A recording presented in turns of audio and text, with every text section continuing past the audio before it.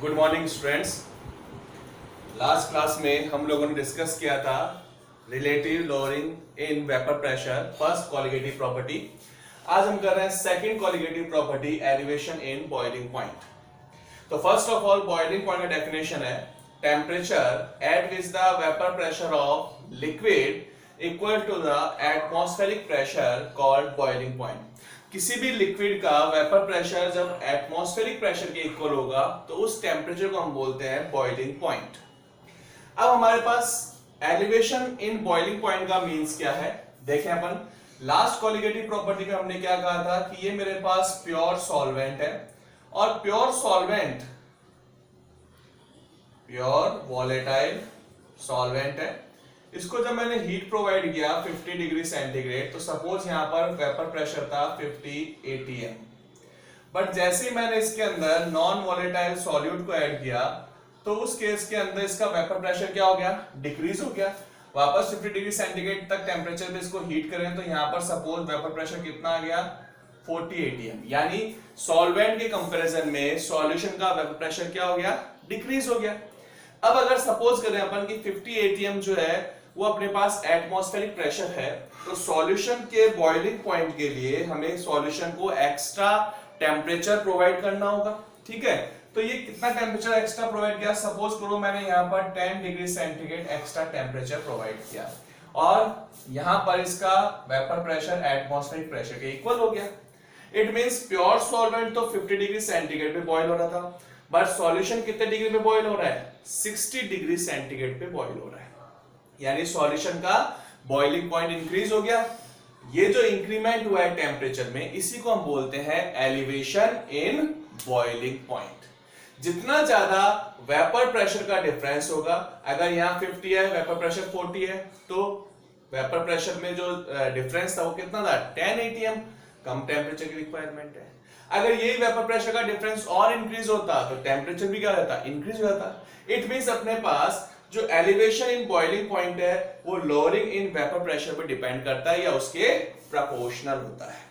तो हमारे पास डेफिनेशन क्या आई, when non electrolyte non volatile solute dissolve in pure volatile solvent. अगर नॉन इलेक्ट्रोलाइट और नॉन वॉलेटाइल सॉल्यूट को हम प्योर वॉलेटाइल सॉल्वेंट के अंदर डिसॉल्व कर दें तो उस केस में सॉल्यूशन का बॉइलिंग पॉइंट इंक्रीज होता है, that's called elevation in boiling point. Suppose solvent का बॉइलिंग पॉइंट है टीबी नोड और सॉल्यूशन का बॉइलिंग पॉइंट है टीबी, तो उस केस में elevation in boiling point delta TB equals to TB minus TB naught. ठीक है, इसको हम ग्राफ से एक्सप्लेन करें। सपोज मेरे पास सॉल्वेंट और सॉल्यूशन दोनों के लिए वेपर प्रेशर और टेम्परेचर के साथ ग्राफ प्लॉट किया। पी नोड एटमॉस्फेरिक प्रेशर है, इस एटमॉस्फेरिक प्रेशर पे जब सॉल्वेंट या सॉल्यूशन का वेपर प्रेशर पहुंचेगा तो वो क्या होगा, इनका बॉइलिंग पॉइंट होगा। तो हमने क्या देखा कि पी नोड प्रेशर जो था जिसको हम एटमॉस्फेरिक प्रेशर कह रहे हैं, उस एटमॉस्फेरिक प्रेशर के इक्विवेलेंट सॉल्वेंट का वेपर प्रेशर कब होता है, टीबी नोड टेम्परेचर पे, और सॉल्यूशन का जो वेपर प्रेशर है वो एटमॉस्फेरिक प्रेशर के इक्वल कितने टेम्परेचर पे हो रहा है, टीबी टेम्परेचर पे हो रहा है। तो टीबी और टीबी नोड क्या है, सॉल्वेंट और सॉल्यूशन का बॉइलिंग पॉइंट है।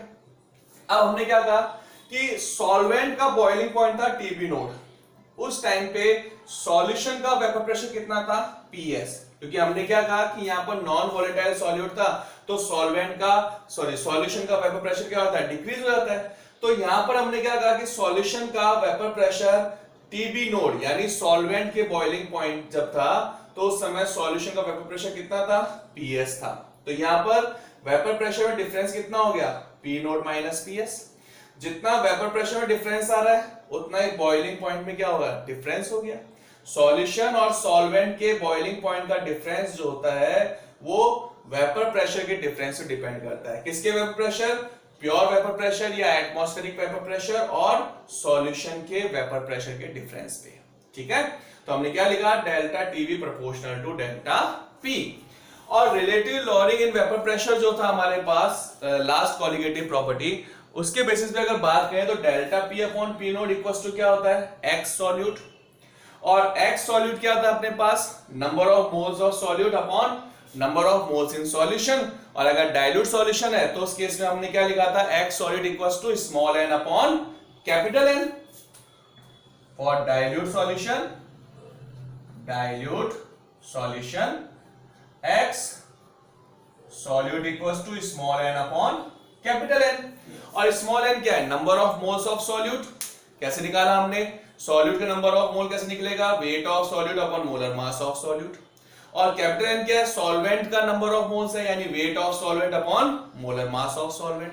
तो क्या आ गया हमारे पास इक्वेशन में, delta P upon P naught equals to x solute equals to W1 M2 upon M1 W2। Relation आ गया हमारे पास, ये मेरे पास फर्स्ट इक्वेशन हो गया। ठीक है, अब इस इक्वेशन के अंदर डेल्टा P की वैल्यू को प्लेस करें हम, तो कैसे प्लेस करना है हमको,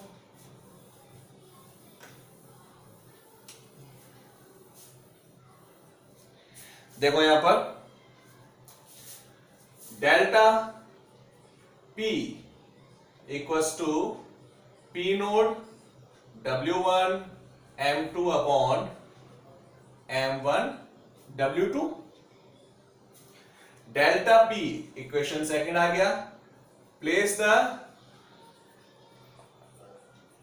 value of delta P in equation 1, then delta TB proportional to P naught W1 M2 upon M1 W2। Proportionality sign को रिमूव कर दें तो कांस्टेंट आ जाएगा, delta TB equals to K P naught W1 M2 upon M1 W2। अब देखो यहां पर k क्या है अपने पास, k प्रोपोर्शनलिटी कांस्टेंट है, p नोड हमने क्या कहा, एटमॉस्फेरिक प्रेशर है, तो ये वैल्यू भी क्या है, कांस्टेंट है। ठीक है, और M2 molar mass of solvent, ये तीनों वैल्यूज क्या है अपने पास, कांस्टेंट वैल्यूज हैं, और इन कांस्टेंट वैल्यूज को हम एक नए कांस्टेंट k प्राइम से रिप्रेजेंट करें, तो क्या आएगा हमारे पास, delta TB equals to k prime W1 upon M1 multiply W2। K1 क्या है अपने पास यहां पर, k prime equals to elevation constant. Suppose करो if W1 upon M1 equals to 1 mole, यानी मैंने क्या किया, सॉल्यूट का 1 मोल लिया, और W2 इक्वल्स टू क्या कर दिया, 1 ग्राम कर दिया, तो delta TB equals to K prime. तो डेफिनेशन क्या हो गया एलिवेशन कांस्टेंट की, एलिवेशन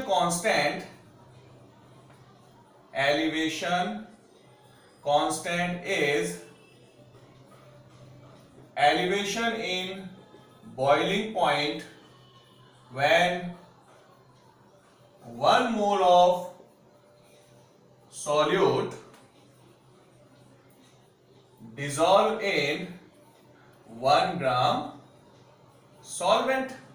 ठीक है, बट क्या ये पॉसिबल है, क्या प्रैक्टिकली ये चीज पॉसिबल नहीं है कि हम 1 मोल सॉल्यूट को 1 ग्राम सॉल्वेंट डिसॉल्व करें, तो प्रैक्टिकली ये चीज पॉसिबल नहीं है। तो उस केस में हमने क्या किया, यहां पर 1 ग्राम सॉल्वेंट की जगह क्या कर दिया अपन, 1000 ग्राम सॉल्वेंट कर दिया। देखो ये अपने पास इक्वेशन कितना आ गया, थर्ड आ गया अपने पास। ठीक है, delta TB equals to k prime W1 upon M1 W2। तो हमने क्या कहा कि प्रैक्टिकली ये जो सिचुएशन है वो पॉसिबल नहीं है, क्यों, क्योंकि 1 मोल को 1 ग्राम सॉल्वेंट डिसॉल्व करें तो ये प्रैक्टिकली पॉसिबल नहीं है। सो W2 is 1000 gram, then delta TB equals to K prime upon 1000, क्योंकि W1 upon M1 तो क्या 1 मोल है, लेकिन W2 कितना ले लिया, 1000 ग्राम ले लिया, तो डेल्टा TB क्या हो जाएगा, K प्राइम अपॉन 1000 हो जाएगा। और K प्राइम अपॉन 1000 जो है उसको एक नए कांस्टेंट KB से रिप्रेजेंट किया है, K prime upon 1000 equals to KB, that's called molar elevation constant.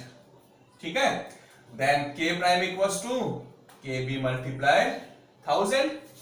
K prime की वैल्यू किसमें प्लेस कर दिया हम, थर्ड इक्वेशन में। ठीक है, तो हमने यहां लिखा place the value of K prime in equation 3, then delta TB equals to KB W1 multiply 1000 upon M1 multiply W2। Fourth equation हो गया। अब देखो यहां पर W1 upon M1 number of mole of solute dissolve in 1000 gram solvent या 1 kg solvent. तो ये जो टर्म है वो किसके इक्वल हो गया? मोलेलिटी के इक्वल हो गया। W1 1000 upon M1 W2 equals to molality small m से रिप्रेजेंट किया अपन ने। तो क्या आएगा? Delta TB equals to KB multiply molality. और मोलेलिटी क्या है? किसका है? सॉल्यूट के कंसंट्रेशन को रिप्रेजेंट कर रहा है। इट मींस ये हमारे पास क्या आ गई? कॉलिगेटिव प्रॉपर्टी है। ठीक है, प्रूव हो गया कि एलिवेशन बॉइलिंग पॉइंट क्या है? कॉलिगेटिव प्रॉपर्टी है, बिकॉज डेल्टा टीबी किस पे डिपेंड कर रहा है? मोलिटी ऑफ सॉल्यूशन पे। और मोलिटी क्या रिप्रेजेंट कर रहा है? कंसंट्रेशन ऑफ सॉल्यूट को रिप्रेजेंट कर रहा है। क्लियर है? अब देखो यहां पर ये जो कॉलिगेटिव प्रॉपर्टी, जैसे हमने रिलेटिव लॉरिंग वेपर प्रेशर से मोलर मास कैलकुलेट किया, वैसे यहां भी अपन क्या कर सकते हैं? मोलर मास को डिटरमाइन कर सकते हैं। कैसे? अगर मैंने लिखा है यहां पर molar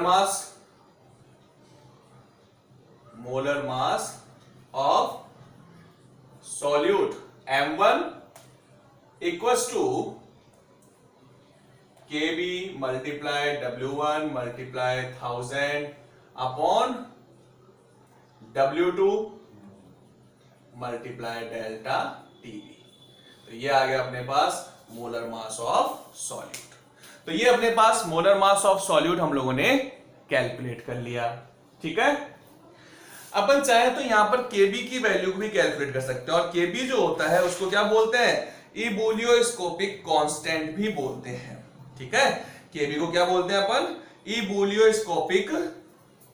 KB equals to इबुलियोस्कोपिक constant.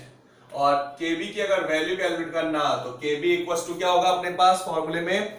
KB equals to MRTB square, MRTB square upon delta H vaporisation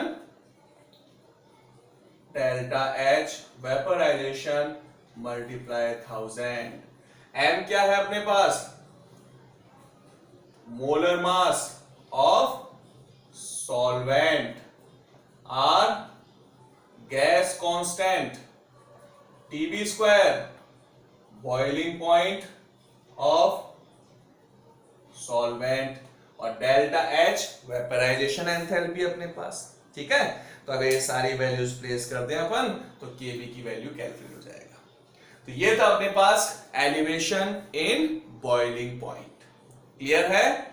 next colligative property आएगी हमारे पास depression in freezing point. Third colligative property है depression in freezing point.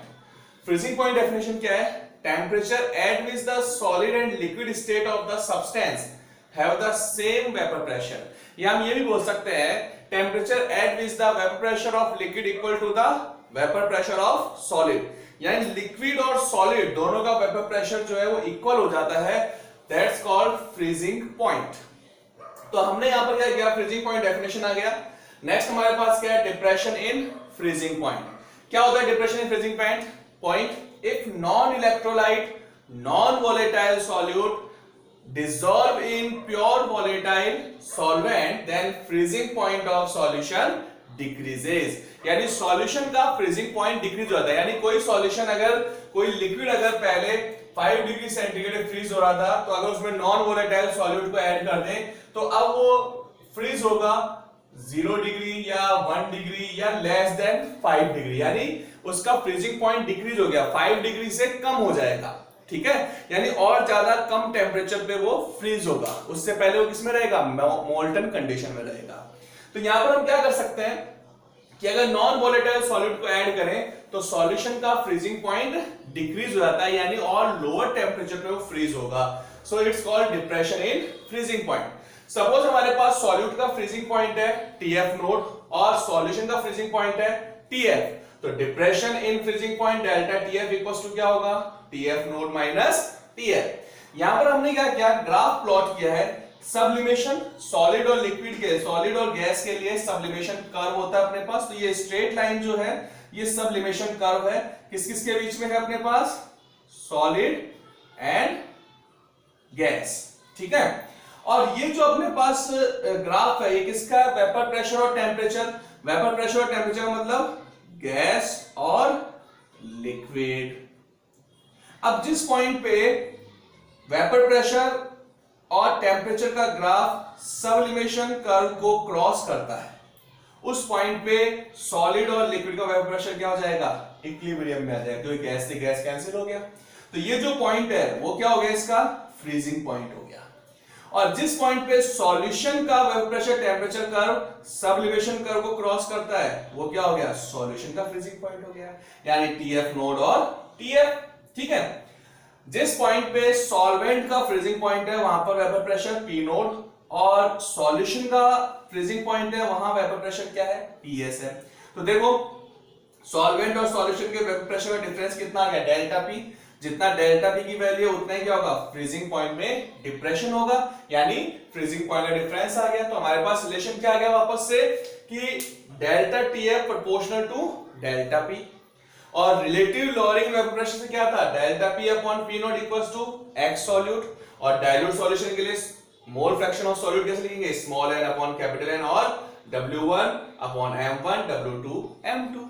W1 M1 क्या है, solute का wait और molar mass, और ये क्या है, सॉल्वेंट का वेट और मोलर मास है। तो delta P equals to P naught W1 M2 upon M1 W2।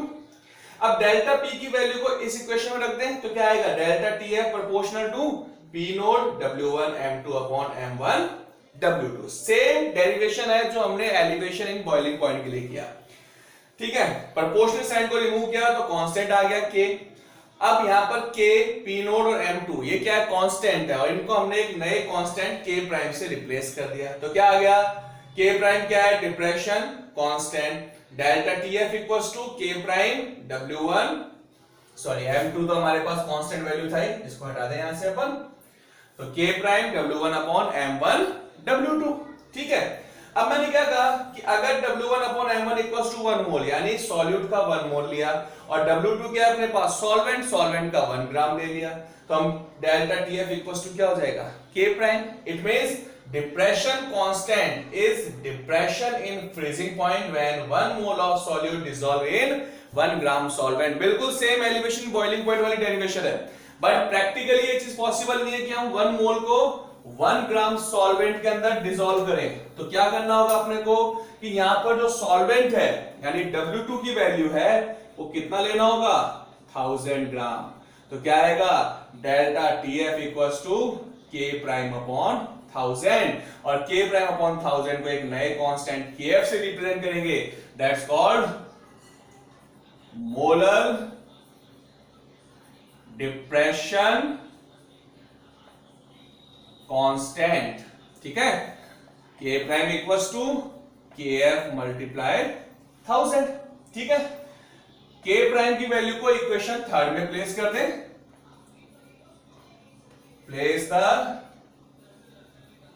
Value of K prime in equation 3, then delta TF equals to KF W1 multiply 1000 upon M1 multiply W2, ठीक है।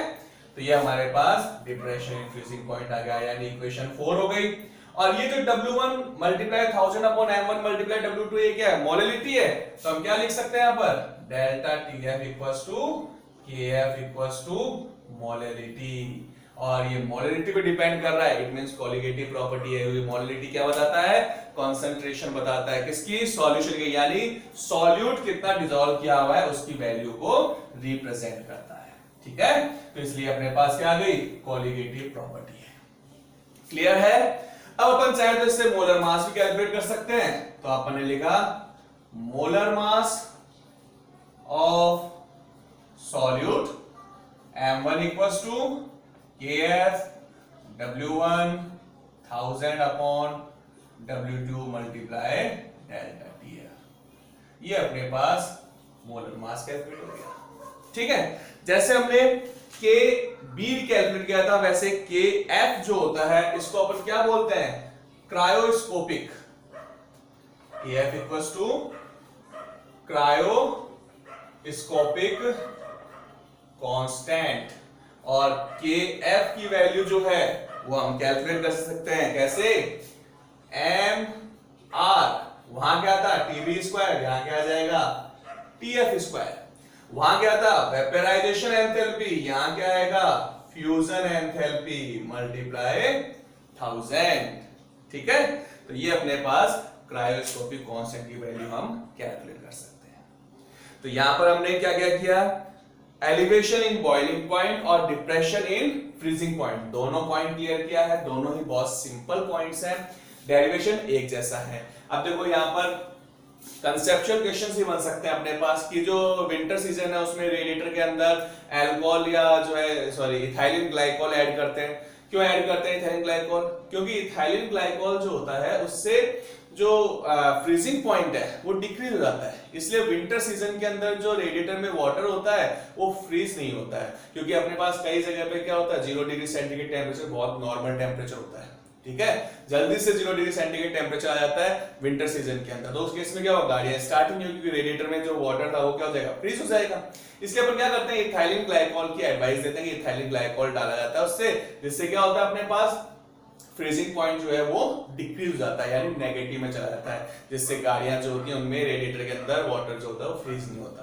ऐसे अपन कहें कि winter season के अंदर जहां पर ice falling होती है, जहां पर आइस गिरती है बार बार, तो सड़कों के ऊपर क्या होता है बर्फ हो जाती है, तो ट्रैफिक को क्लियर करने के लिए, बर्फ को रिमूव करने के लिए क्या करते हैं वहां पर जो सॉल्ट होता है NaCl जो होता है, नमक जो होता है वो डाल देते हैं। तो नमक से क्या होता है अपने पास वो जो आइस होती है वो इजिली मेल्ट हो जाती है और मेल्ट होके वाटर के फॉर्म में रिमूव हो जाता है। ठीक है, जैसे ट्रैफिक और जो अपने पास सड़क होता है रोड होता है वो क्लियर हो जाता है। ठीक है, तो क्यों होता है, क्योंकि NaCl जो है वो क्या करता है उसके फ्रीजिंग पॉइंट को डिक्रीज कर देता है, और पहले फ्रीज जो हुआ था आइस जो थी वो कम टेम्परेचर पे था, जैसे अपन ने उसको ऐड कर दिया फ्रीजिंग पॉइंट डिक्रीज हो गया, इट मींस उस टेम्परेचर पे अब आइस जो है वो क्या हो गई मोल्टन स्टेट में आ जाती है। ठीक है, तो ये कुछ कंसेप्चुअल क्वेश्चंस हैं जो कि फ्रीजिंग पॉइंट और बॉइलिंग पॉइंट पे हो सकता है। नेक्स्ट क्लास में हम करेंगे ऑस्मोटिक प्रेशर की बात, कि ऑस्मोटिक प्रेशर जो नेक्स्ट कोलिगेटिव प्रॉपर्टी है उसको डिस्कस करेंगे। Thank you.